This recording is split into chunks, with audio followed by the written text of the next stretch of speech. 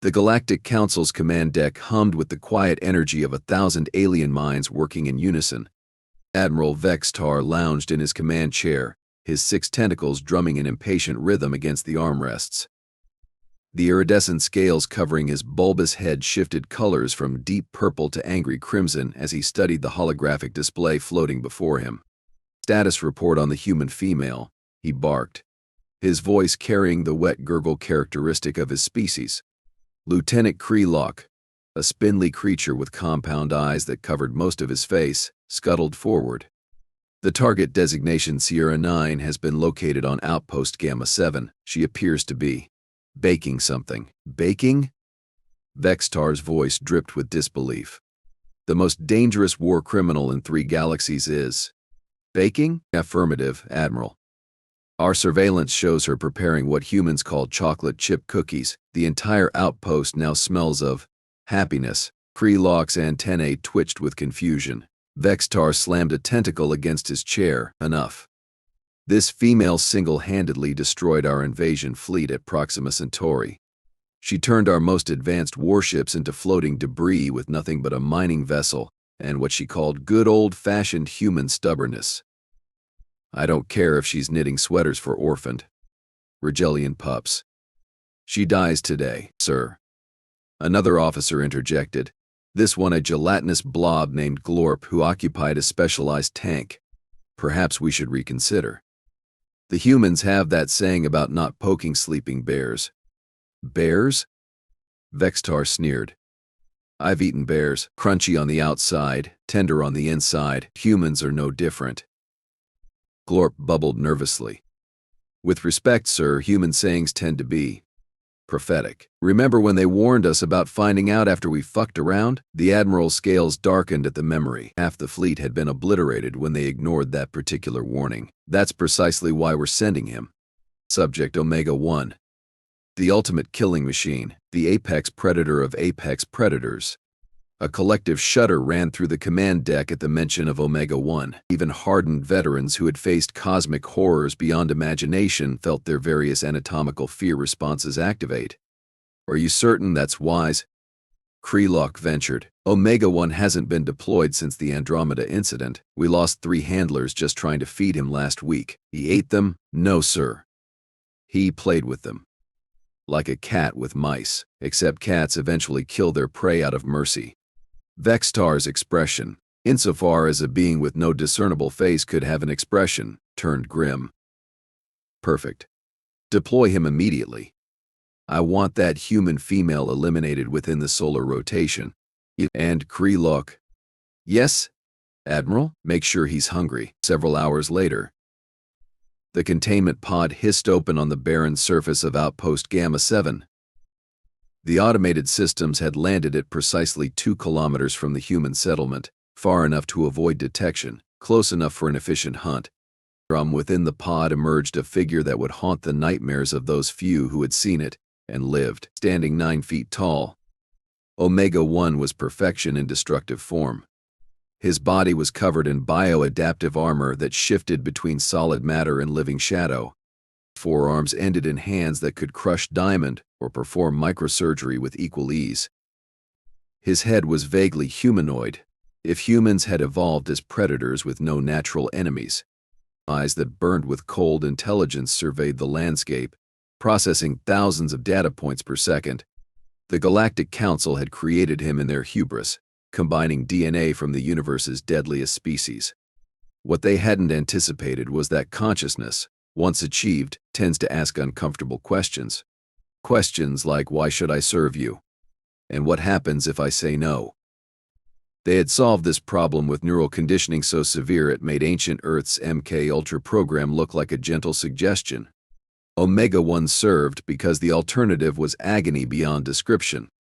The implants in his brain ensured compliance through suffering that would drive lesser beings mad in nanoseconds. He moved across the rocky terrain with impossible grace, each step calculated for maximum efficiency. His mission parameters were simple: locate the human female, confirm identity, terminate with extreme prejudice. The council had even provided helpful suggestions like make it messy and ensure maximum psychological trauma to any witnesses. As he approached the settlement, his enhanced senses picked up something unexpected: music. Specifically what his databanks identified as Bohemian Rhapsody by something called Queen. The sound was coming from a small prefabricated structure with a hand-painted sign that read Rosie's Kitchen, come for the food, stay for the sass. Omega-1 paused. His tactical algorithm suggested 17 different approach vectors, each more lethal than the last, but something else caught his attention. A scent his enhanced olfactory system struggled to categorize. It was warm, sweet, and somehow comforting. He circled the building, noting the absence of defensive measures. No automated turrets, no plasma barriers, not even a basic perimeter alarm. Either the target was supremely confident or supremely stupid. Given her service record, he doubted it was the latter. Through a window, he observed his target. The human female designated Sierra 9, real name Rosalind Okoye, moved about the kitchen with practiced efficiency. She was smaller than his files had indicated, perhaps 5.5 feet tall, with skin the color of rich earth and hair twisted into intricate braids. She wore what appeared to be combat armor. No, wait, his systems recalibrated. It was an apron, with cartoon cats on it. This was the terror of the Galactic Council. This creature that sang off key while mixing something in a bowl. Omega-1's confusion grew as he watched her work. Every few minutes, she would pause to taste whatever she was making, then add more ingredients with the concentration of a master alchemist. At one point, she stopped entirely to perform what could only be described as a victory dance when her mixture achieved the desired consistency. His mission parameters insisted he attack now. She was distracted, vulnerable. A single strike would end her before she even knew he was there. Yet something held him back. Perhaps it was the way she moved, with a joy he couldn't comprehend. Perhaps it was the smell that grew stronger with each passing moment, awakening something in him that the council's conditioning hadn't quite managed to suppress. Or perhaps it was the moment she suddenly stopped dancing and looked directly at the window where he crouched. You planning to stand out there all day, or would you like to come in for cookies? She called out, her voice carrying a hint of amusement. They're almost ready. And I made extra. Omega-1 froze. His stealth systems were perfection itself. There was no way she could have detected him. Yet there she stood, hands on hips, looking right at him with an expression that somehow managed to be both welcoming and slightly exasperated. I can see your heat signature, you know, she continued. That fancy armor of yours might fool visible light, but it's terrible at hiding infrared. Plus, you're breathing like a freight train. Nervous? For the first time in his existence, Omega-1 felt something that might have been embarrassment. He deactivated his stealth systems and rose to his full height, expecting the usual reaction of terror, screaming, and rapid evacuation of bodily fluids. Instead, Rosalind tilted her head and studied him with the critical eye of someone appraising produce at a market. Taller than I expected. The council's really pulling out all the stops, aren't they? Well, come on in. Doors unlocked. Just wipe your feet first. I just mopped. She turned back to her oven, dismissing the universe's most lethal predator as casually as one might a delivery person. Omega-1 stood there, his vast intellect struggling to process this development. His mission parameters screamed at him to attack, to fulfill his purpose, but something else, something deeper, was curious about those cookies. Moving with considerably less grace than before, he approached the door. It was sized for humans, forcing him to duck and squeeze through sideways. The indignity of it should have enraged him. Instead, he found himself carefully wiping his feet on the welcome mat that proclaimed home is where the snacks are. The interior of the kitchen was warm and cluttered in a way that spoke of constant use. Pots and pans hung from hooks, spices lined shelves in no particular order, and the walls were covered with photos of smiling humans and various alien species. Many of them were holding plates of food and grinning like they'd just discovered the secret to universal peace. Sit, Rosalind commanded, pointing to a reinforced chair that looked like it could support a small spacecraft. You're making me nervous looming like that. Omega-1 sat. The chair creaked but held. He watched as she pulled a tray from the oven, filling the room with a scent that made his genetically enhanced killing instincts take a sudden vacation. "I'm supposed to kill you," he said, his voice a deep rumble that usually preceded violence. "I figured," she replied, transferring cookies to a cooling rack with practiced motions. "The council's not exactly subtle. Tea or coffee?" What? What with your cookies? Tea or coffee? Or I have some Regellian fruit juice if you prefer. Fair warning, though, it tastes like someone mixed battery acid with disappointment. You're not afraid. It wasn't a question. Rosalind laughed, a sound that somehow made the room warmer. "Honey, I've faced down an entire Vex'tar battle fleet with nothing but mining charges and spite. You think one assassin is going to rattle me?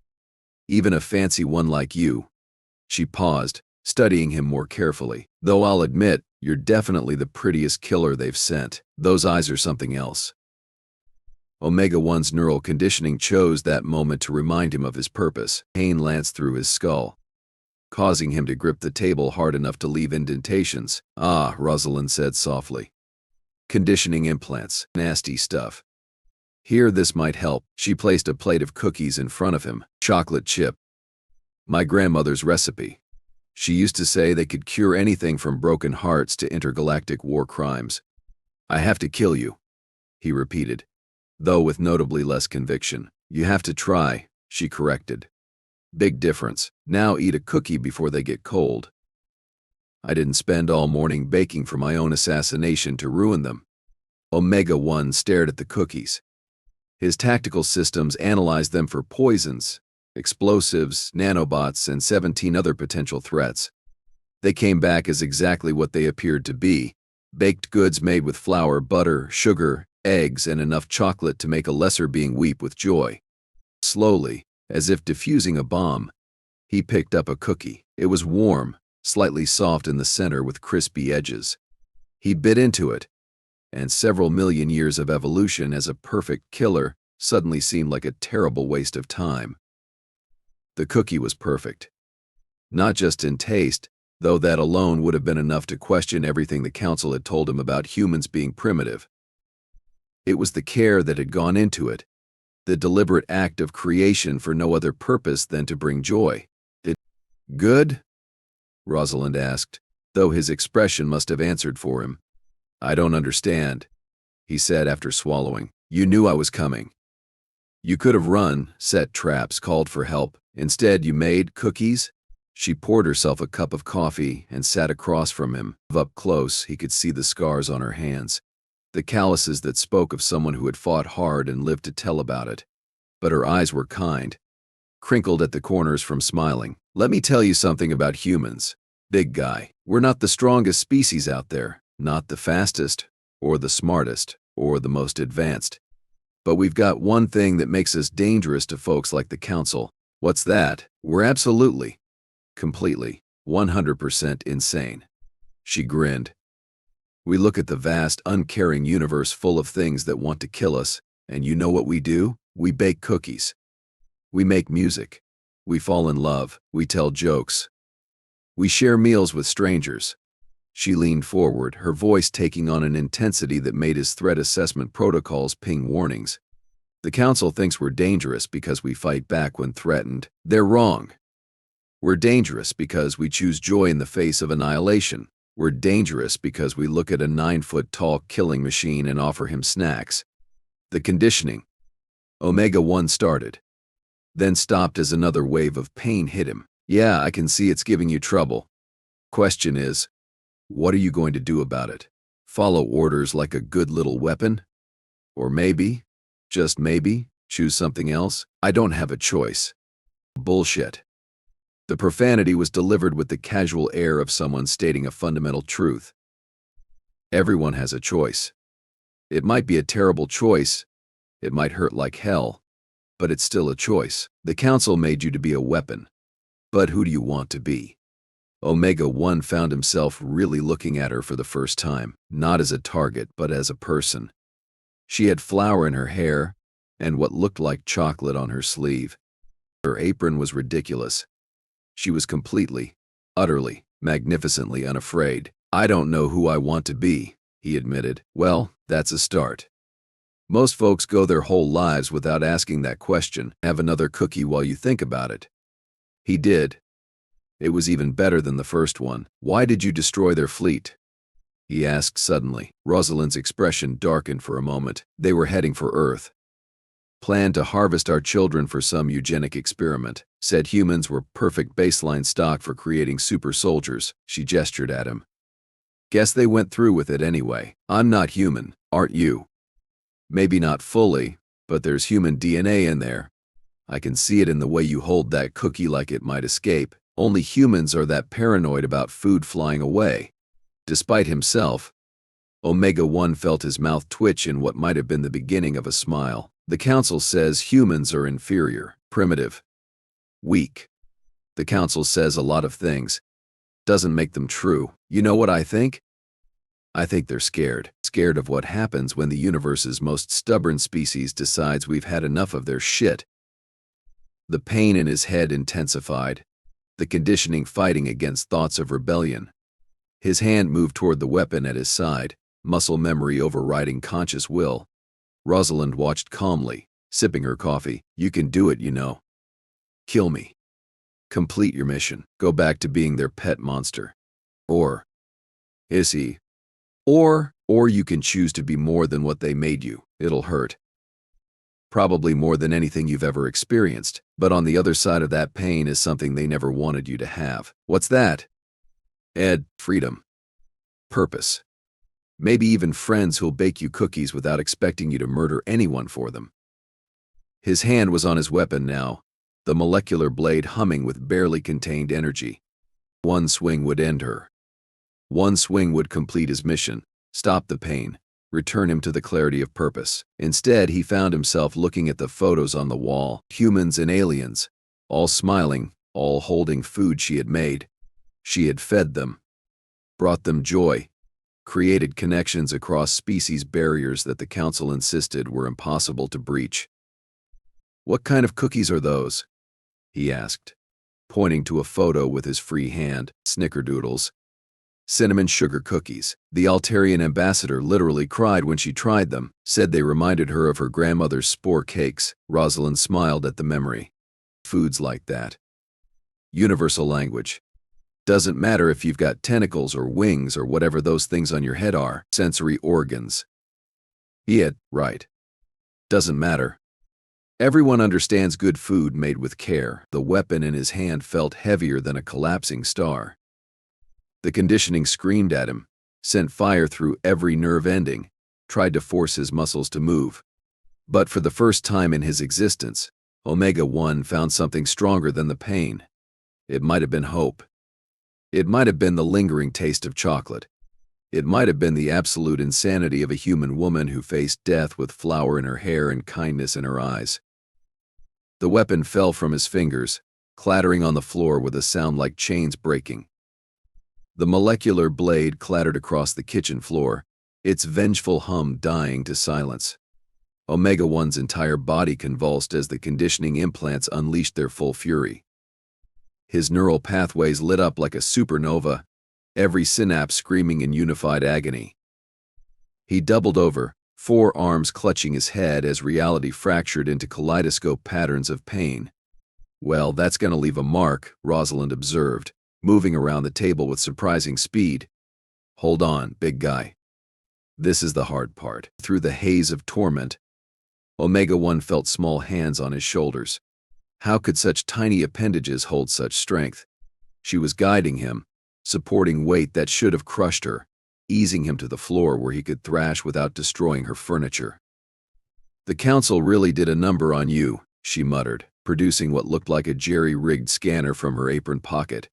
Quantum-entangled pain inducers, neural pathway redirectors, and oh, that's just mean. They've got a kill switch in there. You know about conditioning? He gasped between waves of agony. Honey, I didn't take out an entire invasion fleet by throwing cookies at them. Well, not just cookies.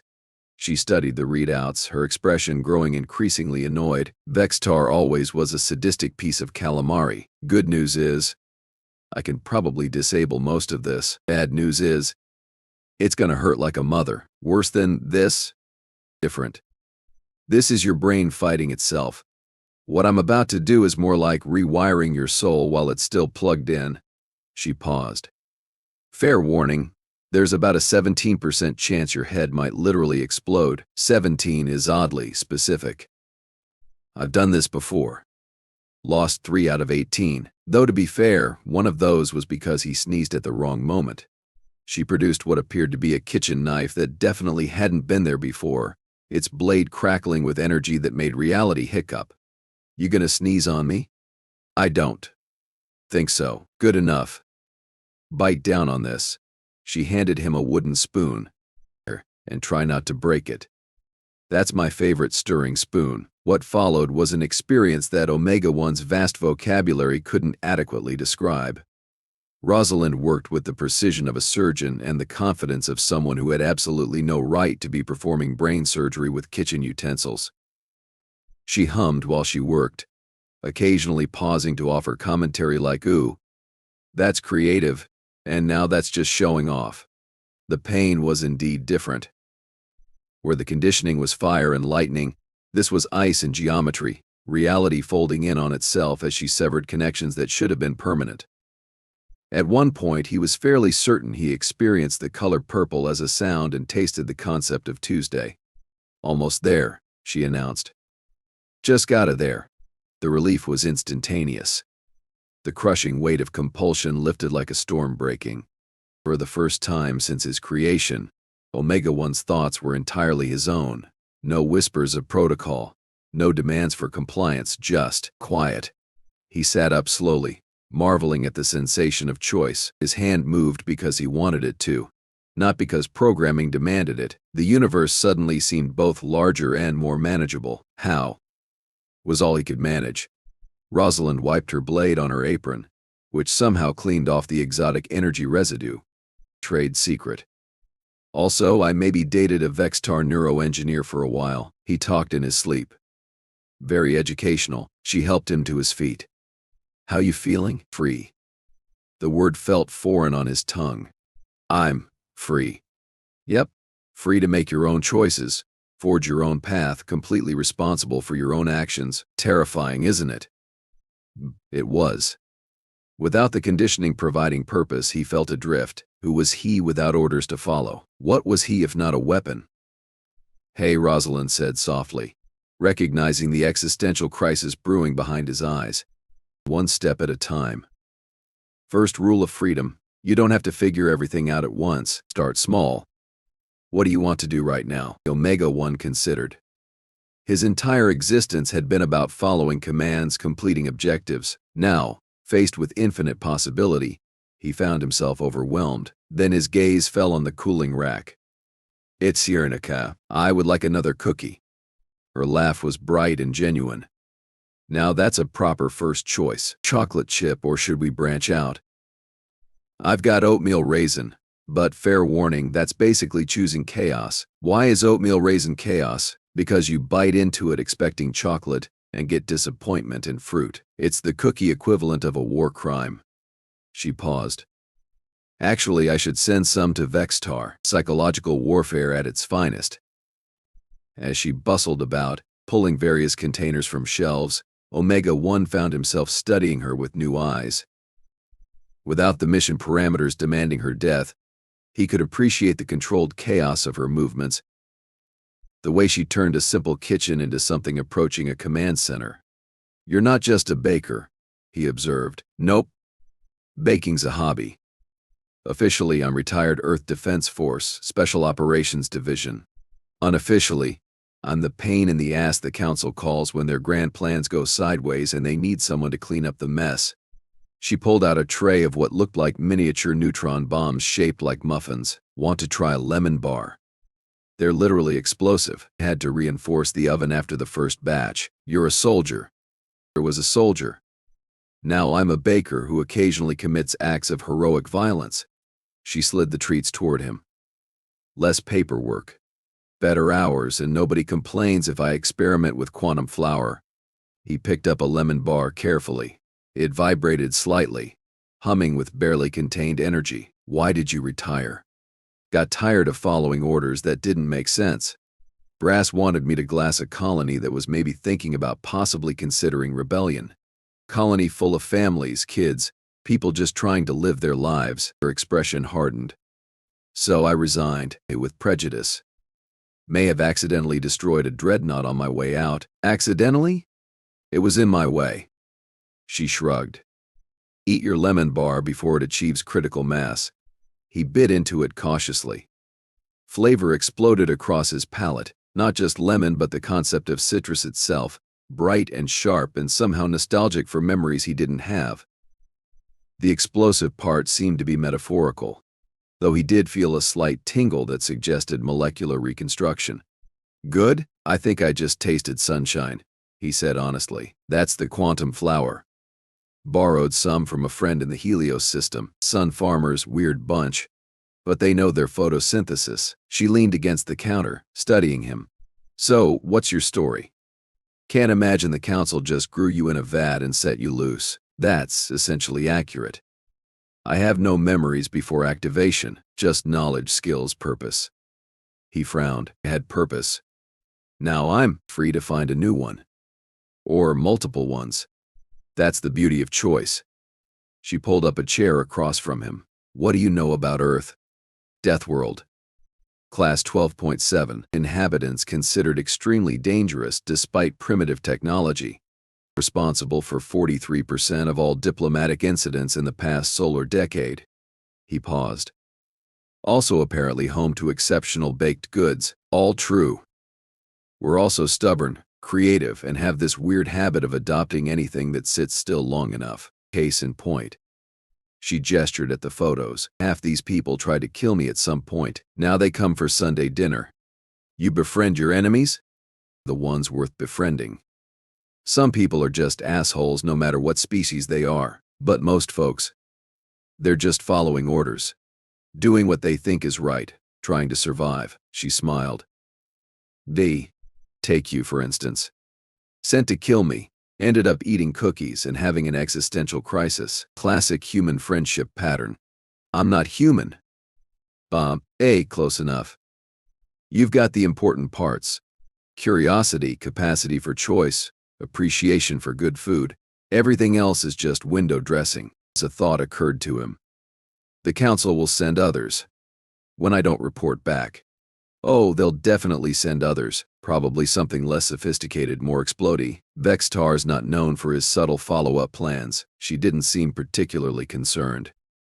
It can see. Question is, what are you going to do about it? Me? We? Well, yeah. You're a free agent now. You can leave. Find your own path. Explore the universe without someone holding your leash. Or you can stay. Help me deal with whatever the council throws next. Fair warning. I can't pay much. The hours are terrible, and there's a significant chance of death or dismemberment. On the plus side, unlimited cookies and the moral satisfaction of really pissing off Vex'tar.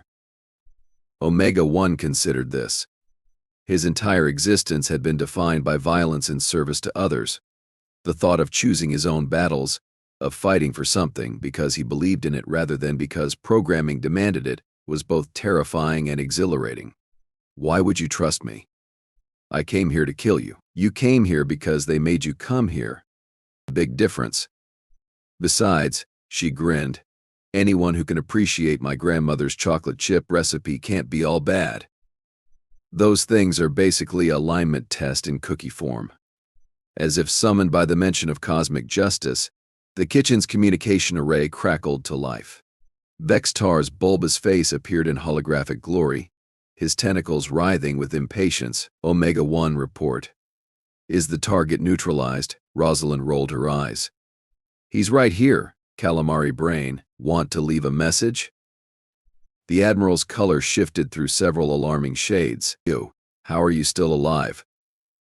Omega-1, explain yourself. Omega-1 stood slowly, moving into view of the projector. Mission parameters have been reconsidered. Target poses no immediate threat to galactic stability. What? I don't care if she's crocheting blankets for orphans. You will complete your mission or face the consequences. No. The simple word hung in the air like a declaration of war. Vex'tar's eyes bulged even further, which shouldn't have been physically possible. No? No? You dare defy the Galactic Council? You're nothing but a weapon. A tool. You exist only to serve. Actually, Omega once said, surprising himself with the steady calm in his voice, I think I'm going to be a baker. The silence that followed was so complete that even the quantum flower stopped humming. Rosalind's expression cycled through surprise, delight, and something that might have been pride. A baker? Vex'tar's voice had climbed several octaves. Yes. The target, that is, Ms. Okoye, has offered me a position in her establishment. I've decided to accept. She what? You what? The Admiral's color was now approaching ultraviolet. This is treason. Sedition. Other words meaning very bad things. It's called a career change. Rosalind interjected helpfully. Very common on Earth. I hear the Zephyr Collective offers excellent retraining programs if you're interested. Silence. Omega-1, your conditioning will destroy you if you continue this path. Already taken care of, Rosalind chirped. Turns out your security protocols are garbage. I've seen better encryption on a cereal box. Impossible. Possible. Done. Moving on. She turned to Omega-1. You sure about this? Baking's harder than it looks. There's math involved.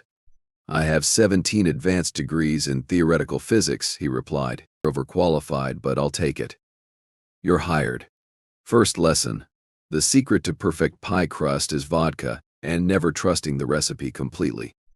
Vex'tar's image flickered, as his rage apparently exceeded the projector's capacity. You think this is over?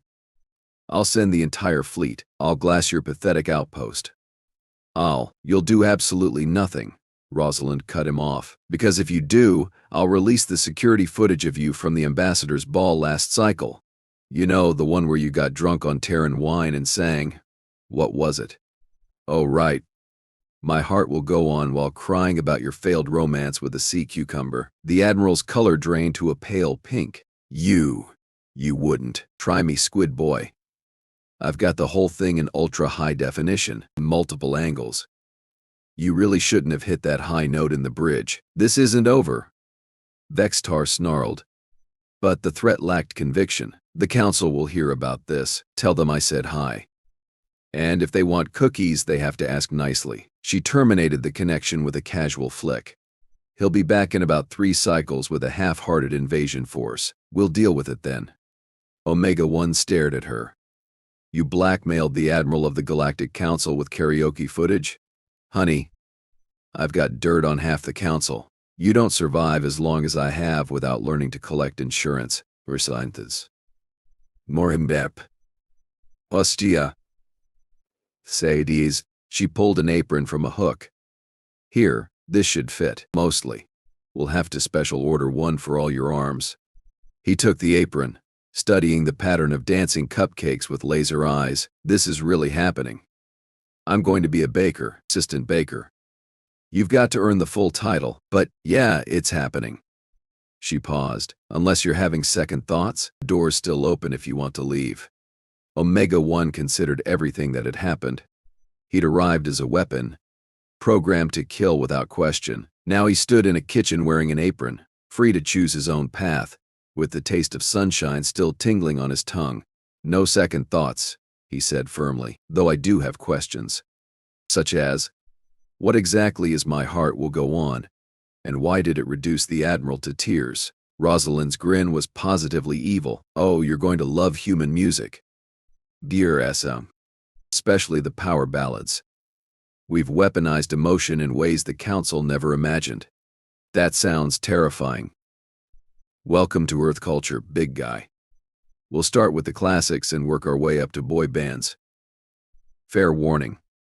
The latter is considered a war crime in 12 systems. As she began explaining the intricacies of human music, pulling up files that made his threat assessment protocols whimper, and Omega-1 found himself experiencing something entirely new. Anticipation for tomorrow. Not because he had orders to follow or missions to complete, but because tomorrow might bring new recipes, new songs, new choices he could make freely. the kitchen filled with laughter and the smell of baking bread. Outside, the universe continued its vast, uncaring spin. The Galactic Council plotted revenge. Wars raged among the stars. But in Rosie's kitchen, a former weapon learned to fold dough while a retired soldier explained why boy bands were humanity's greatest contribution to psychological warfare. It wasn't the ending anyone had expected, but then again, humans rarely did what was expected. That's what made them so dangerous.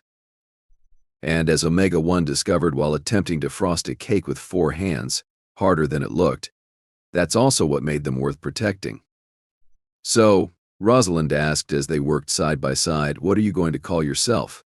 Can't keep using a designation that basically means Scary Death Machine Number 1. He considered this. "I don't know. I've never had a name before." "Well, what do you want it to mean?" "Names are important. They tell the universe who you are, what you stand for." "I want it to mean," he paused, searching for words, "choice. Freedom. The chance to be more than what others decided I should be." Isham. "How about Felix?" "It means happy or fortunate. Plus, it's got a nice ring to it." "Felix the Baker. Much better than Omega-1, the destroyer of worlds." "Felix," he repeated, testing the sound. "I like it." "I like it." "Felix it is then." "Welcome to the family business, Felix. First rule, we feed people, not fear them. Second rule, there's no such thing as too much chocolate. Third rule, if Vex'tar shows up again, you get to throw the first pie. Pie throwing is a combat technique, on Earth. Everything's a combat technique if you're creative enough. Now, let me show you how to make croissants. They're basically edible weapons when done right, flaky, buttery instruments of delicious death. As the day wore on, Felix learned that baking was indeed harder than theoretical physics, but infinitely more rewarding. He also learned that humans were completely insane, turning everything from food to music into weapons while somehow maintaining that the point was to bring joy. It was, he decided, while carefully placing chocolate chips in precise patterns. Rosalind insisted chaos was better, but his nature demanded order, the best kind of insanity. The kind that looked at the darkness between stars and decided to light a candle. The kind that faced apocalypse with aprons and attitude.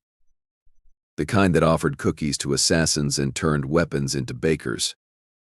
When the next invasion force arrived 3 cycles later, they found something unprecedented, a human and a reformed super weapon standing side by side, armed with nothing but pastries and determination. The battle was brief, the casualties delicious, and the surrender unconditional after the attacking commander tried a cinnamon roll and promptly switched sides. The Galactic Council never did understand how their perfect killing machine became the universe's most dangerous baker. But then again, they never understood humans either. If they had, they would have known that offering someone a choice, a chance in chocolate chip cookies, was far more powerful than any conditioning. And if they'd truly understood humans, they would have known that somewhere, in a small kitchen on an insignificant outpost, that a woman with flour in her hair and mischief in her eyes was already planning to franchise. Felix's bakery, come for the assassination, stay for the cookies, had a nice ring to it. After all, the universe would never be the same, which, as any human could tell you, was rather the point.